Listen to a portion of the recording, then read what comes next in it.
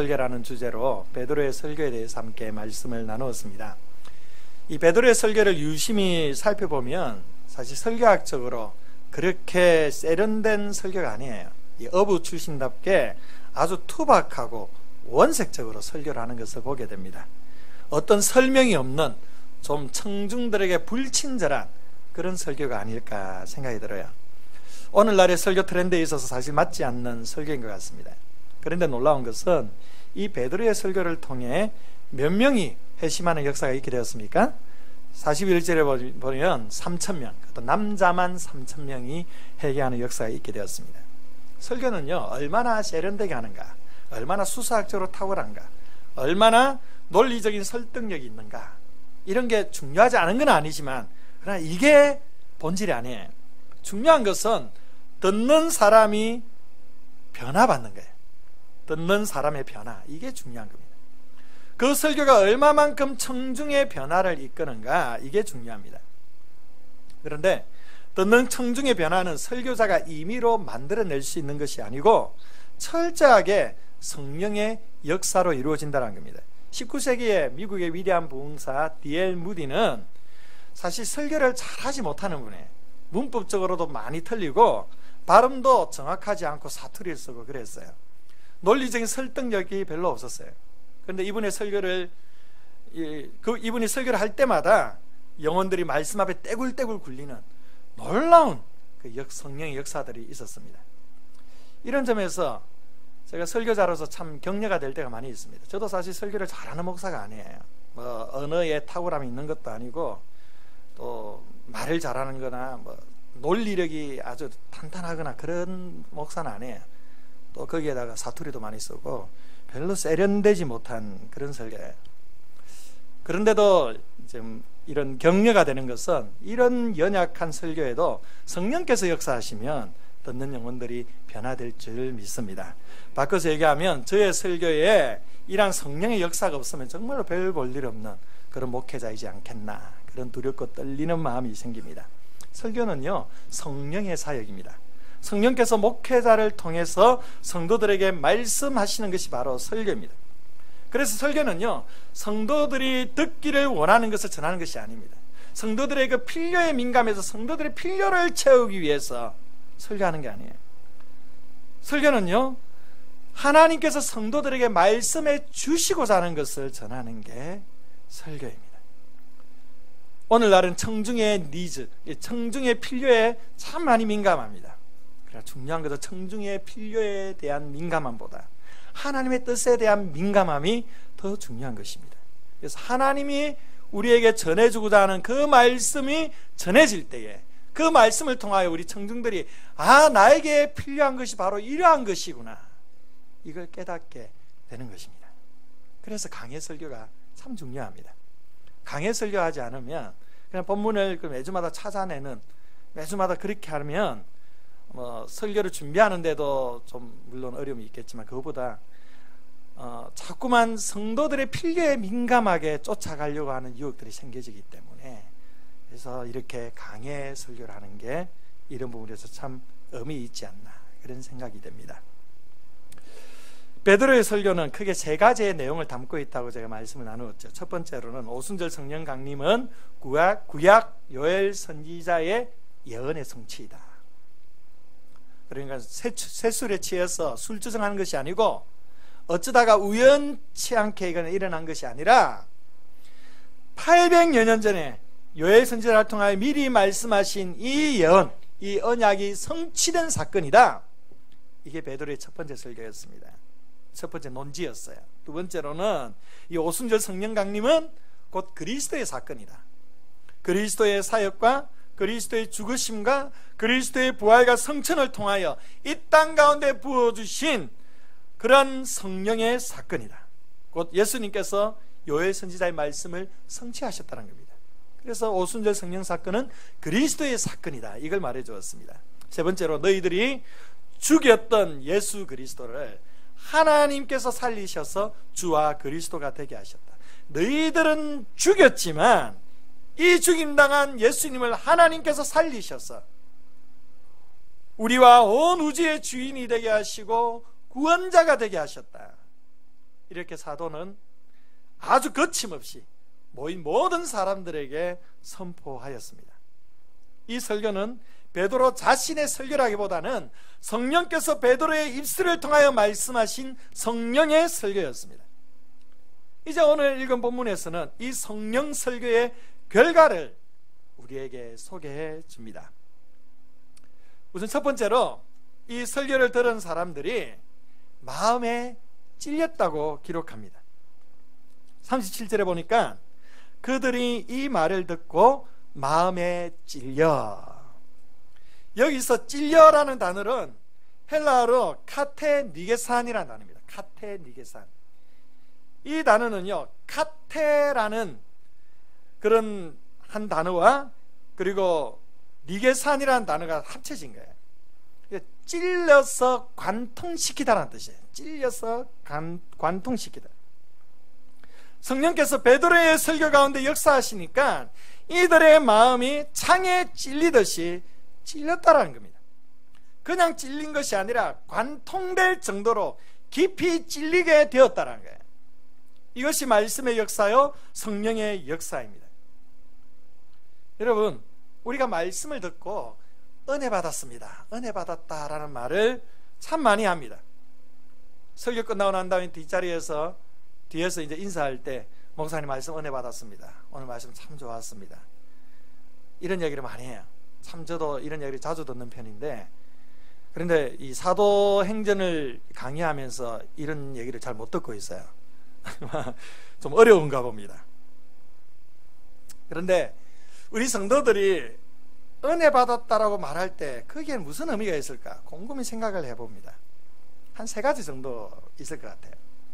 첫 번째로는 내가 듣고 싶은 말씀을 들었을 때, 그리고 마음에 감동이었죠. 그래서 은혜 받았다라고 말하기도 하고요. 또 하나는 내가 평소 생각하는 것과 설교의 내용이 딱 맞아떨어질 때, 그때 참 기분 좋죠. 그때 은혜가 된다라고 생각합니다. 세 번째는 그냥 목사님에게 격려 차원에서, 위로 주는 차원에 인사치레로 목사님 은혜 받았습니다, 이런 경우가 있는 것 같아요. 그런데 정말로 이러한 것이 은혜일까요?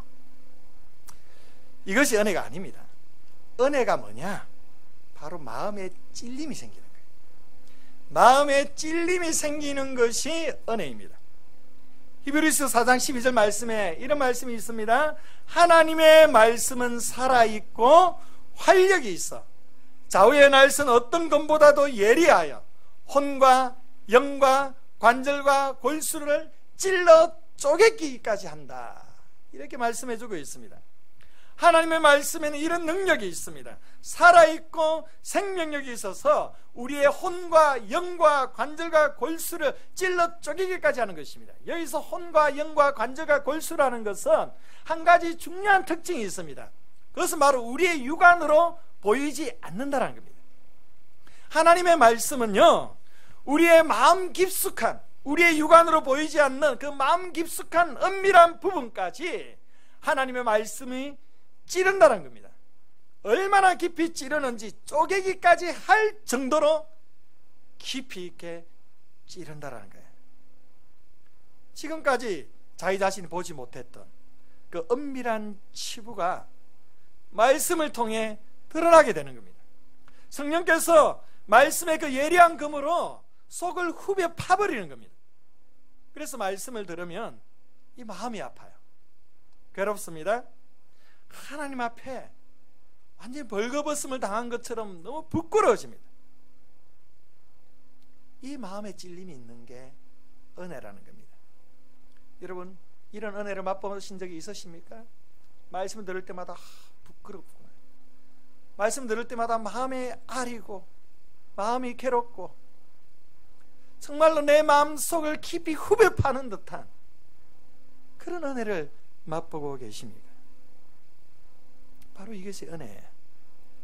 우리 생수교회 강단에 이런 강력한 성령의 역사, 말씀의 역사가 일어나기를 축복합니다. 왜 이 사람들이 마음에 찔렸을까요?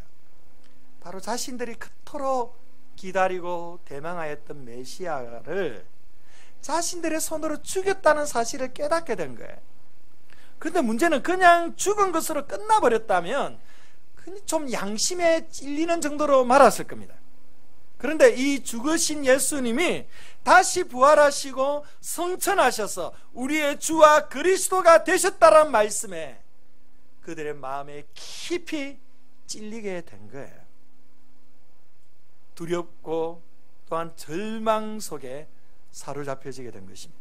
어찌할 바를 모르고 있는 겁니다. 두 번째로 어떤 반응이 나옵니까? 바로 그들의 마음이 가난해진 것입니다. 37절에 베드로와 사도들에게 이들이 뭐라고 부르고 있습니까? 형제들아 라고 부르죠. 형제들아. 2장 7절에는 이들에게 갈릴리 사람이라고 불렀어요. 갈릴리 사람이라고 부르는 것은 사실 비아냥거리는 겁니다. 오늘날도 마찬가지잖아요. 누군가의 이름을 불러준다든지 그 사람의 별명 정도가 부르는 그래도 괜찮은데 그냥 그 사람이 누군지를 알면서도 지역을 부르는 경우가 있어요. 이 경상도 사람아, 이 전라도 사람아, 저 같은 경우는 이 삼천포 사람아.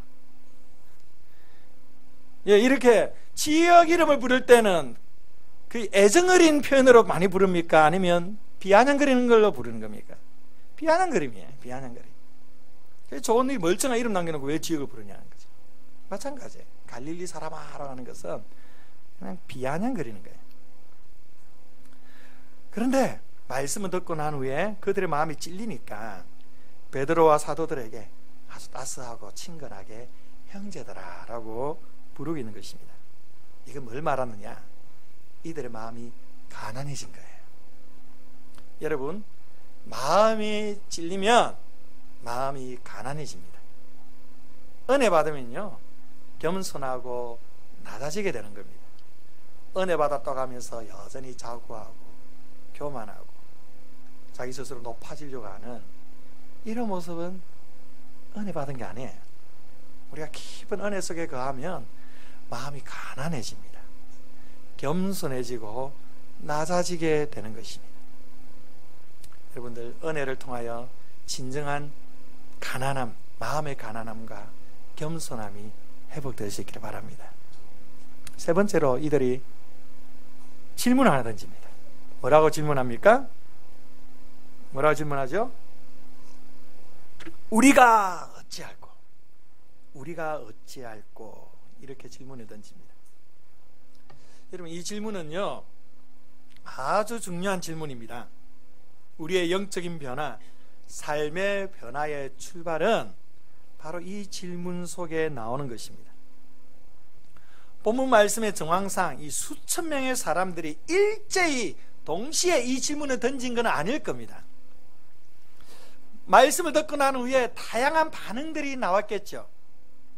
어떤 사람은 슬퍼서 흐느적거리는 경우도 있었을 것이고, 또 어떤 사람은 충격을 받아서 멍하게 서 있는 사람도 있었을 것이고요, 또한 통곡하면서 우는 사람도 있었을 것이고, 바닥을 떼굴떼굴 구르는 사람도 있었을 것이고, 사도들에게 무릎을 꿇은 사람도 있었을 것입니다.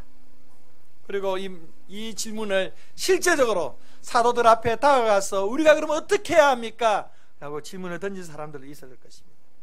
각양각색의 반응들이 일어났을 텐데, 이 모든 일련의 반응들을 다 정리해서 한마디로 얘기한다면 그들의 반응은 그럼 우리가 어떻게 해야 됩니까? 라는 거예요. 이제 지금까지 살아왔던 삶의 방식을 버리고 앞으로 어떻게 살아야 할지를 묻고 있는 것입니다. 이 질문은요 이들뿐만 아니라 우리도 해야 합니다. 우리도 이 질문을 말씀 앞에 던져야 합니다.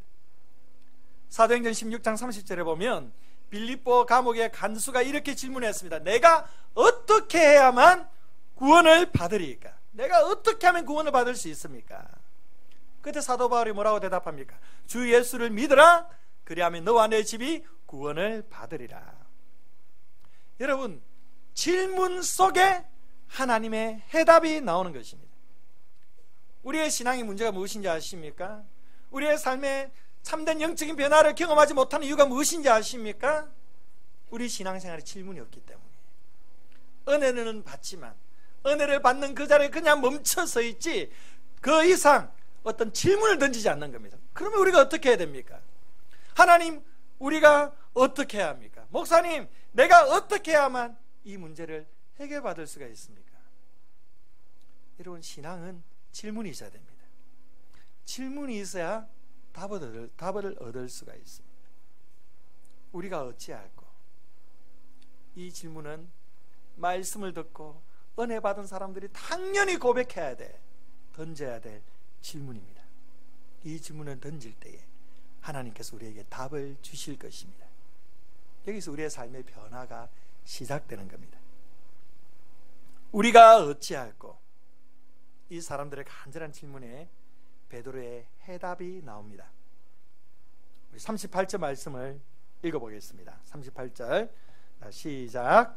베드로가 이르되 너희가 회개하여 각각 예수 그리스도의 이름으로 세례를 받고 죄 사함을 받으라. 그리하면 성령의 선물을 받으리니. 베드로가 이 질문 앞에 해답을 던져줍니다. 그 해답의 첫 번째가 회개하라는 겁니다. 너희가 회개하여, 회개는 메타노이아라는 단어입니다. 바꾸다라는 뜻의 메타와 그리고 생각, 마음이라는 뜻의 노에오의 합성어입니다. 합쳐보면 무슨 뜻입니까? 생각을 바꾸는 것, 마음을 바꾸는 것, 이게 회개입니다. 마음을 바꾼다는 것은 뭘 의미합니까? 방향전환이에요. 방향전환.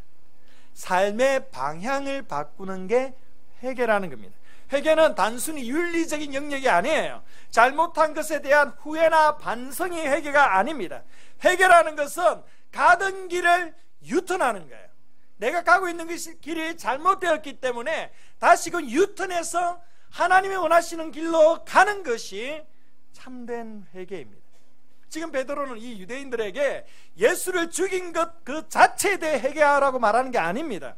너희들이 예수님 죽였잖아, 그러니까 잘못됐다고 해, 잘못됐다고 말해, 이게 아니에요. 지금 너희들이 가고 있는 길이 잘못되었다는 거예요. 너희들이 가고 있는 길이 잘못되었으니까 방향을 바꿔야 된다고 도전하고 있는 거예요. 너희들이 알지 못해서 예수를 죽였지만 그 예수님이 너희가 기다리던 메시아 그리스도 주님이시니 이제 주와 그리스도 되신 예수님께로 방향을 바꾸어라. 이게 회개하라는 겁니다. 내가 잘못된 길에 들어선 것을 깨닫고 즉각 돌이키는 행동, 이게 회개예요. 그래서 회개를 가리켜 회심이라고 말합니다. 마음을 돌리는 것. 사실 회심이 더 정확한 뜻입니다. 마음을 돌이키는 거예요. 마음을 돌이키는 것이 왜 중요합니까? 잠언 4장 23절을 봅시다. 잠언 4장 23절 함께 읽어볼까요? 시작.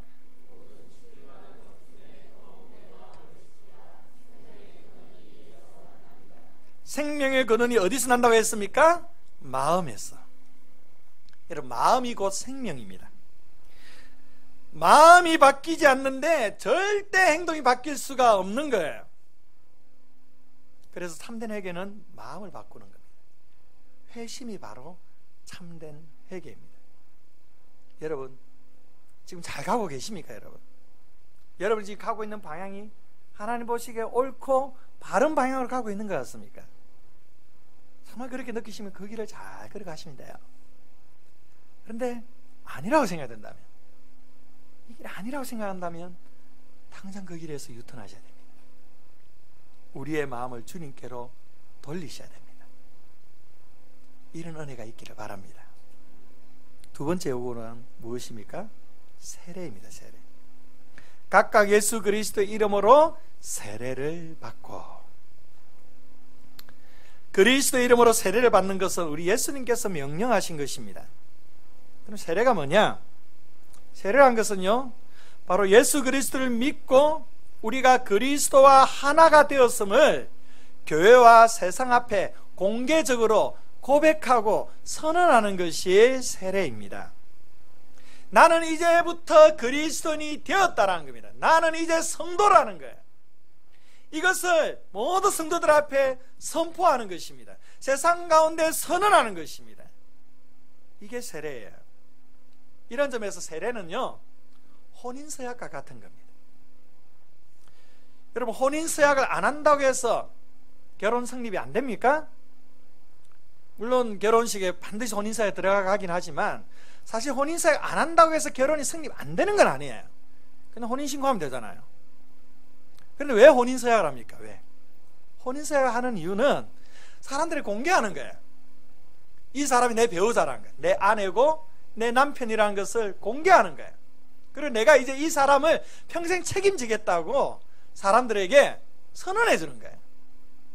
또 한편으로는 이 사람 이제는 내 거니까 니네들 건들지 마, 뭐 이런 것도 있을 거예요. 이게 혼인서약이에요. 여러분, 세례는 혼인서약입니다. 주님과의 혼인을 서약하는 거예요. 신랑 되신 예수님, 그 예수님을 내가 잘 따르겠습니다. 예수님 나의 신랑이 되십니다. 그 예수님과 혼인서약하는 거예요. 사람들에게 공포하는 겁니다. 성도들에게 공포하는 거예요. 이게 세례입니다. 여러분, 세례를요, 소중하게 생각하셔야 됩니다. 그리고 세례를 받았다고 한다면 어디서나 자신이 그리스도인이라는 것을 숨기지 말고 자랑스럽게 말해 줄 수 있어야 됩니다.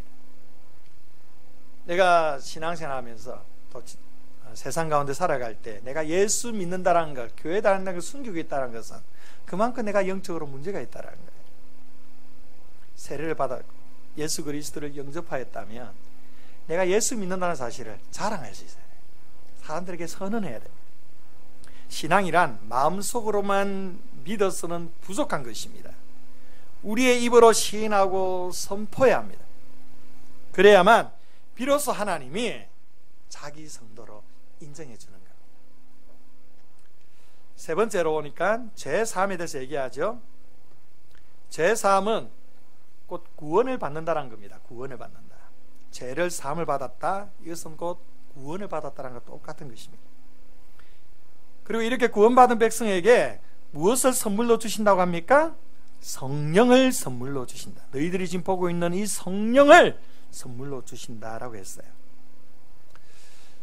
여기에 회개, 세례, 그리고 제사함, 성령, 이 네 가지는 우리의 구원에 있어서 가장 중요한 핵심이에요.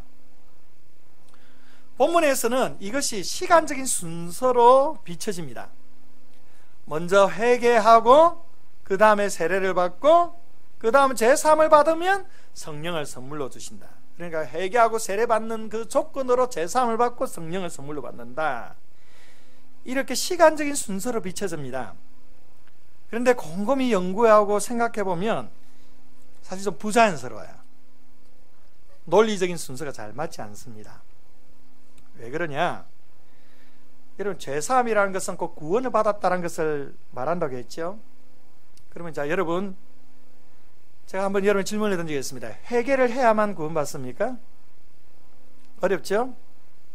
우리 일반적으로 다 이렇게 이해하고 있습니다. 회개하면 구원을 받는다.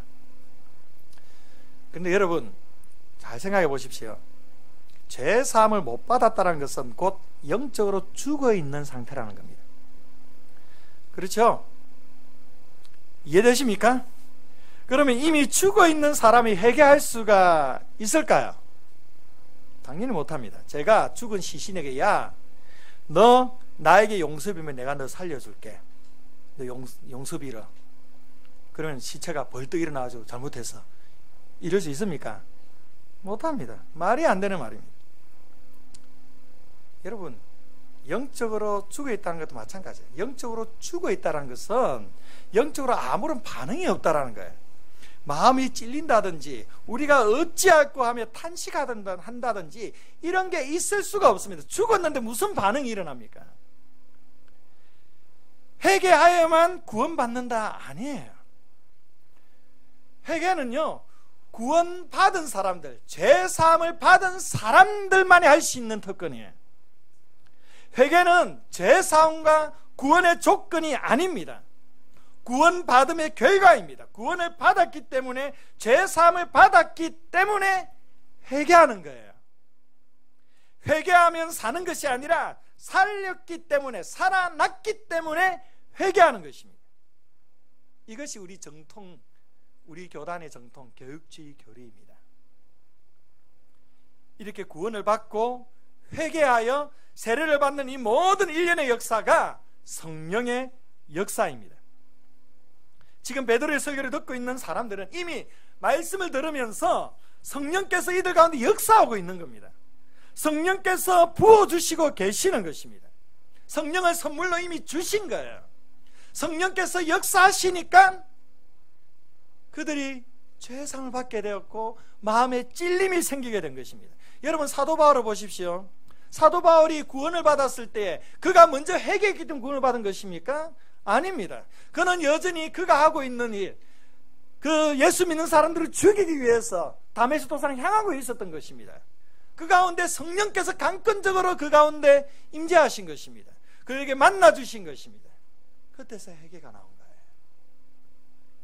여러분, 이걸 잘 기억하셔야 됩니다. 지금 베드로의 설교를 듣는 이 사람들에게 이미 성령께서 역사하시고 부어주시고 성령을 선물로 주셔서 그 가운데 죄사함을 받고 마음에 찔림이 생기고 우리가 어찌할꼬 질문이 나오게 된 것입니다. 이게 정확하게 논리적인 순서입니다. 물론 구원의 이 모든 과정을 논리적으로만 설명할 수는 없어요. 그러나 조금 논리성을 따진다면 이렇다라는 겁니다.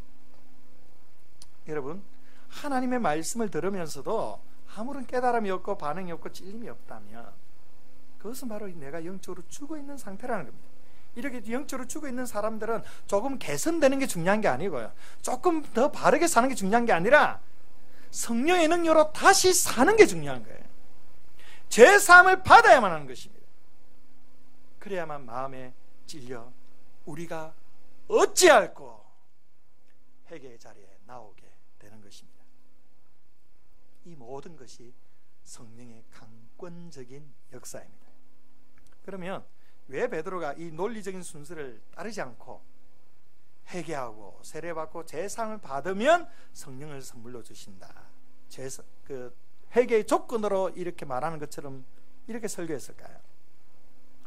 그것은 간단합니다. 이 복음 전하는 현장에서는 교리적인 순서를 설명하는 게 아니에요. 복음은 교리를 설명하는 자리가 아닙니다.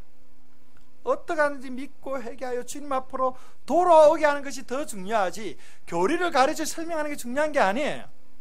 그래서 베드로는 교리적인 접근보다는 이들이 말씀을 듣고 반응할 수 있도록 아주 쉽게 접근을 하고 있는 것입니다.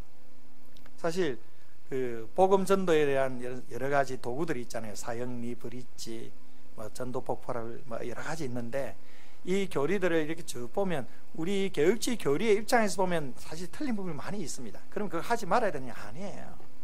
복음 전하는 것은 교리를 선포한 자리가 아닙니다. 복음을 전하는 자리예요.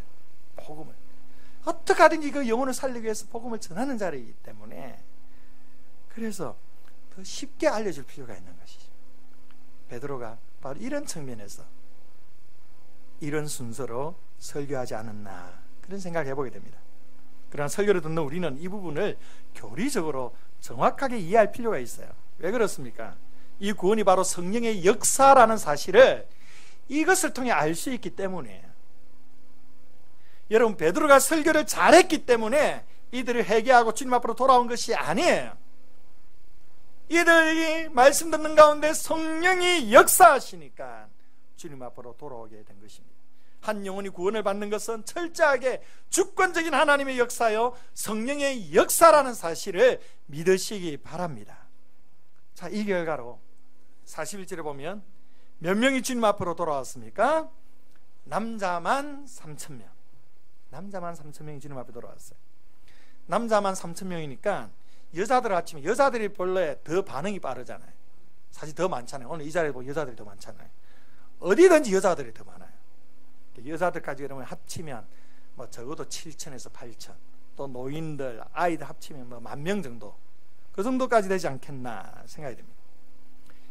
이런 엄청난 역사가 있게 된 겁니다. 주님 앞으로 이 하나님 말씀을 듣고 돌아온 사람들이 남자만 3,000명, 적게는 7,000, 8,000에서 10,000, 이런 수많은 사람들이 말씀을 듣고 회심하여 주님 앞으로 돌아왔습니다. 초대교회의 최초로 놀라운 영적인 부흥의 현장을 우리가 보고 있는 것입니다. 참된 부흥은요, 숫자적으로 많이 성장한 것이 아닙니다. 잃어버린 영혼, 죽은 영혼이 다시 살아나 회심하는 것이 진정한 부흥입니다. 저는 이 말씀을 묵상하고 설교를 준비하면서 마음에 이런 소망과 기도 제목을 가지게 되었습니다. 오늘날 한국 교회 안에 이제 더 이상 양적인 성장이 힘들어졌다, 이런 얘기들을 많이 합니다. 그리고 성장하는 교회들을 보면 회심하여서 주님 앞에 돌아온 퍼센테이지보다 수평 이동이 훨씬 더 많습니다. 거의 80~90%가 수평 이동이에요. 수평 이동. 또 새로 형성된 신도시들을 보면 교회 건물만 예쁘게 세워놔도 금방 성장을 합니다. 왜 그렇습니까? 교회를 옮기는 사람들이 그렇게 많다라는 거예요. 저랑 비슷하게 교회 위임받은 아는 목사님이 계신데, 이분이 한 70~80명 교회 이제 부임했는데 최근에 한 140~50명 부흥했다고 막 얼마 전에 자랑을 하던데, 제가 속이 얼마나 썰이던지. 근데 왜 그랬냐면, 그 교회가 이제 경매로 넘어간 교회를 샀는데 주변 다 아파트 단지고, 꽤 건물도 예쁘고 주변에 아파트 단지고, 이래서 그냥 막 오는 거예요. 그냥 막 오는 거예요. 물론 그분의 사역을 제가 폄하하려고 하는 건 아닌데, 이렇게 어떤 신도시에 교회만 잘 세워놔도 얼마든지 성도들이 모이는 거예요. 이게 부흥일까요? 성장이라고 말할 수는 있지만 진정한 부흥은 아닌 것입니다. 이런 점에서 우리 생수교회는 인간적으로 생각할 때 사실 정말로 성장하기가 힘든 교회입니다. 아파트 단지가 주변에 있긴 하지만 교회랑 좀 떨어져 있어요. 그리고 사람들이 이 길을 건너서 교회로 온다는 게 보통 힘든 게 아닙니다. 또 지하교회입니다. 지하에 있는 교회는 본래 사람들이 잘 안 오려고 합니다. 여러분들 되게 용감하신 거예요. 이전에 있던 우리 일대 이승호 목사님도 용감하시고, 그분을 따라서 여기까지 온 여러분들도 용감하시고, 거기에 걸려던 저도 용감하고, 다 용감한 겁니다. 주변의 환경도 그렇게 좋지 않아요. 교회 성장학적으로 교회가 잘 안 되는 전형적인 교회가 우리 교회입니다. 좀 아파트 단지 둘러싸여 있기나 아니면 좋은 건물이 있으면 얼마나 좋겠습니까? 부흥하기, 성장하기 힘든 조건을 다 가지고 있습니다. 그런데 여러분, 수평 이동이 부흥이 아니에요. 우리 이걸 꿈꾸면 안 됩니다. 잃어버린 영혼, 죽은 영혼이 다시 살아나는 회심의 역사, 이것이 진정한 부흥이고 하나님 나라의 확장인 것입니다. 회심이 빠진 부흥은 부흥이 아니에요. 우리 이걸 꿈꿔야 됩니다. 우리 교회가 살 수 있는 길은 바로 이 회심의 역사에 있습니다. 말씀으로 죽은 영혼을 다시 살리는 것입니다. 여러분, 저와 함께 이 잃어버린 영혼이 주님 앞에 돌아오는 회심의 역사를 함께 꿈꿀 수 있기를 축복합니다. 특별히 여러분 가운데 교회는 다니지만 여전히 예수님이 믿어지지 않는 사람, 지금 당장 죽어도 천국에 갈 수 있다는 이 확신, 구원의 이 확신이 없는 사람, 예수님을 주와 그리스도로 여전히 고백하지 못하는 사람, 말씀을 들어도 깨닫지 못하는 그런 사람, 그런 사람들이 있지는 않습니까? 여러분, 일단 여러분들 지금 영적으로 죽어 있는 상태라는 것을 아십니까? 어떻게 해야 합니까? 우리가 어찌할꼬? 이 질문을 던져야 합니다. 여러분의 인생에 있어서 가장 중요한 사건은 바로 예수 그리스도를 만나는 것입니다.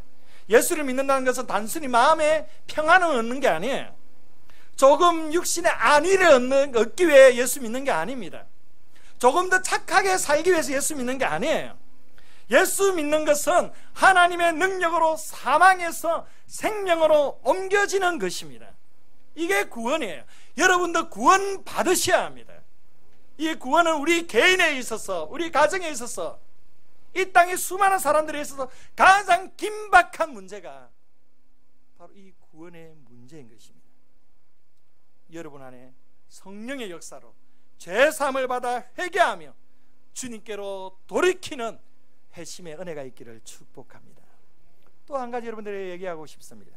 여러분이 믿지 않는 가족들 안에, 여러분의 가정 안에 이 회심의 역사가 있기를 소망합니다.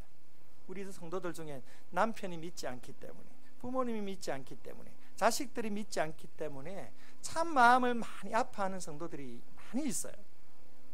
저도 그 성도들 위해서 참 많이 기도하는데, 여러분, 이제 우리가 그냥 아파할 것이 아니라 정말로 우리 가족의 회심을 위해 간절하게 기도하며 성령의 역사를 구할 수 있기를 원합니다. 우리의 힘으로는 불가능할 것 같아요. 정말로 그들의 마음이 너무 완악하고 정말 소심줄이랍니까? 그 소심줄처럼 단단하게 굳어져 있어가지고 아무리 말씀 전해도 들어오지 않는 정말 그런 모습들을 보면서 참 안 될 것 같아요. 불가능할 것 같아요. 그러나 우리의 힘으로 불가능하지만 성령이 역사하시면 분명히 가능하게 될 줄 믿습니다. 만군의 여호와께서 말씀하시되 이는 힘으로 되지 아니하며 능력으로 되지 아니하며 오직 나의 영으로 되느니라. 할렐루야. 성령께서 여러분이 믿지 않는 남편, 믿지 않는 자녀, 믿지 않는 부모님의 마음을 움직여 주셔서 하나님의 말씀을 듣게 하시고 그 말씀 가운데 마음에 찔려 우리가 어찌할꼬 하며 주님 앞으로 돌아오는 회심의 역사가 있기를 축복합니다. 39절 말씀을 보십시오. 39절 한번 읽어봅니다. 시작.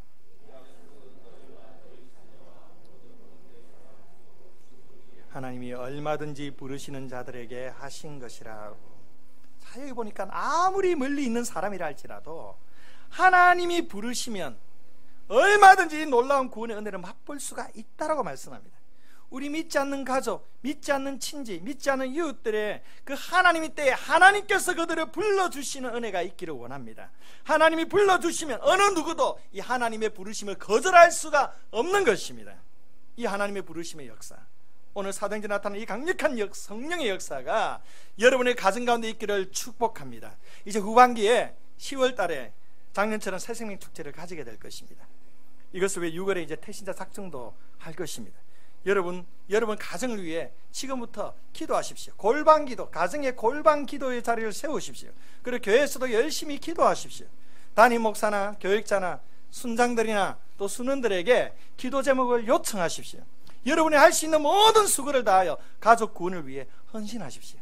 올 2016년 또 하나님 주시는 그 은혜 속에 정말 우리 가정 안에 놀라운 구원의 역사가 이루어지기를 간절히 소망하며 기도의 자리에 헌신했으면 좋겠습니다. 믿지 않는 가족, 주변의 이웃들, 그리고 주변의 많은 사람들을 우리 10월달에 있어 새생명 축제 꼭 초청하여 성령의 역사하신 가운데 강단에서 선포되는 그 말씀으로 오늘 초대교회의 성령의 역사, 그들의 마음이 찔리고 우리가 어찌할꼬 질문하면서 주님 앞에 돌아오는 그 역사가 있기를 원합니다. 그리고 마지막으로 우리가 한 가지 또 기억해야 될 것, 선교지에 회심의 역사가 있기를 믿음으로 바라볼 수 있어야 됩니다. 우리 교회는 이제 선교하는 교회입니다. 선교지에 회심의 역사가 일어나기를 기도해야 됩니다. 인도네시아에 우리 교회가 지금 건축되고 있습니다. 칼람구두스 교회, 블리타르 지역에 칼람구두스 교회가 건축되고 있어요. 지금 아주 잘 지어져 가고 있습니다. 막바지에 이르고 있어요. 이제 천정공사가 마무리되어 간다고 어제 그 선교사님이 사진을 보냈어요. 저 보시면 천정이 거의 다 마무리됐어요. 천정 다 거의 다 마무리된 거예요. 저 천정이 제가 참 인상 깊었던 게, 제가 인도네시아에 수많은 교회를 다녔는데 천정이 저런 디자인 한 군데도 본 적이 없어요. 십자가를 천정에 이렇게 십자가 이렇게 한 거예요. 저걸 보고 참 마음에 참 좀 울컥하는 좀 마음 울림이 있더라고요. 이제 곧 저 교회가 세워져요. 최근에 인도네시아 선교지에 얼마나 이 믿고 세례받는 사람들이 많이 생기는지 몰라요. 정말 놀라워요. 여러분, 무슬림 사람이 예수를 믿고 세례받는다는 거, 이거 엄청난 역사예요. 그 일들이 지금 계속 일어나고 있어요. 얼마 전부터 계속 세례받는 사람들을 계속 저에게 기도 요청으로 소개를 해줘요. 너무 감격스러워요. 이 놀라운 회심의 역사가 있습니다. 이번에 단기 선교 이제 가게 되는데요, 가게 되면 저기 헌당 예배 드릴 거예요. 칼람구두스교에 헌당 예배 드릴 텐데 그 생각하면 제 마음이 막 지금부터 쿵쿵 뜁니다. 벅차오릅니다. 여러분, 한번 단기 선교 같이 갑시다. 시간 되시는 분들, 여러분이 살아가는 인생 가운데 적어도 한 번 정도 타문화에서 이런 주의 일을 감당하고 주님이 일하심을 볼 수 있다는 거, 이거 얼마나 축복이겠습니까? 지금 한 7, 8명 등록을 신청을 했어요. 15, 티켓을 15개 끊었는데 한 7, 8명 더 좀 남아 있습니다. 특별히 좀 남자분들이 좀 오셔야 되는데 남자분들이 별로 없어요.